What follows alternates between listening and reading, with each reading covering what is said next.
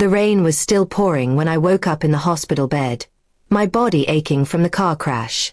My hands were bruised, my ribs hurt with every breath, and my mind was clouded with painkillers. The nurse told me I was lucky to be alive. My first thought was to reach for my phone and call my husband.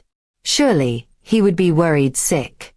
Surely, he'd be by my side, holding my hand, thanking God that I had survived. But when I called, his phone went straight to voicemail. Hours passed, and still no sign of him.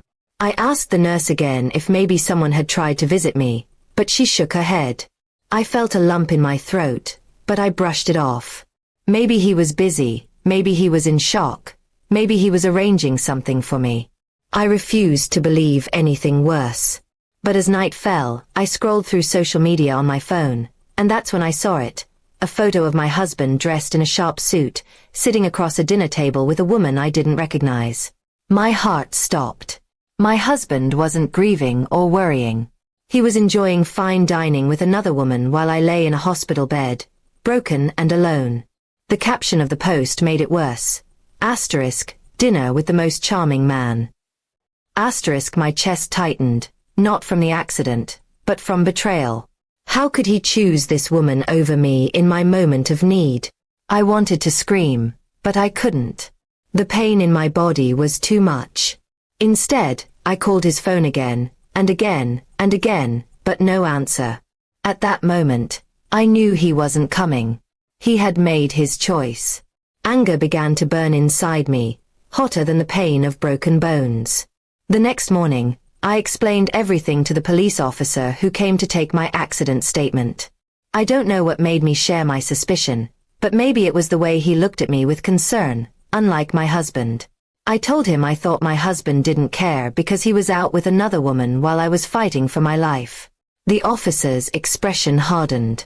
He asked for details, and I showed him the photo I had found. That's when things shifted. The officer asked if I knew the woman. I said no. He frowned and made a call. Minutes later, he returned and told me the woman in the picture was known to them. She was under investigation for fraud and had been connected to several criminal cases. My husband wasn't just out on a date. He was involved with someone dangerous. My shock turned into a strange mixture of fear and relief. Fear, because I realized how deep my husband's betrayal went. Relief, because at least now I knew the truth. It wasn't me he cared about, it was whatever this woman represented.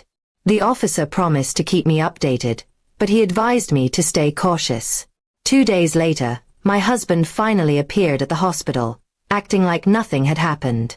He brought flowers, kissed my forehead, and asked how I was feeling. I stared at him, my heart heavy with disgust. He thought I was still blind, still the loving wife who would forgive anything. But I stayed quiet, waiting. That evening, 2 plainclothes officers came to my hospital room. They told me they had enough evidence to bring both my husband and the woman in for questioning. Apparently, he had been helping her hide money connected to her scams. My accident had just given the police the time they needed to track him down. The next day, I watched from my hospital window as police escorted my husband out of the hospital lobby in handcuffs.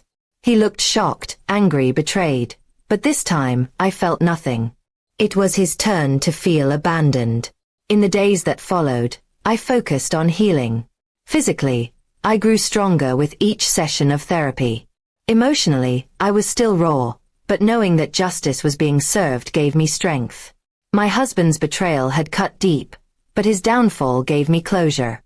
The woman he had chosen over me tried to disappear, but the police caught her too. Both of them faced charges, and my husband was forced to pay heavy fines.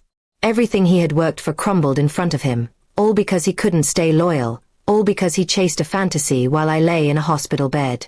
Sometimes at night, I think back to that moment in the hospital when I realized he wasn't coming. That was the moment I truly let go of him.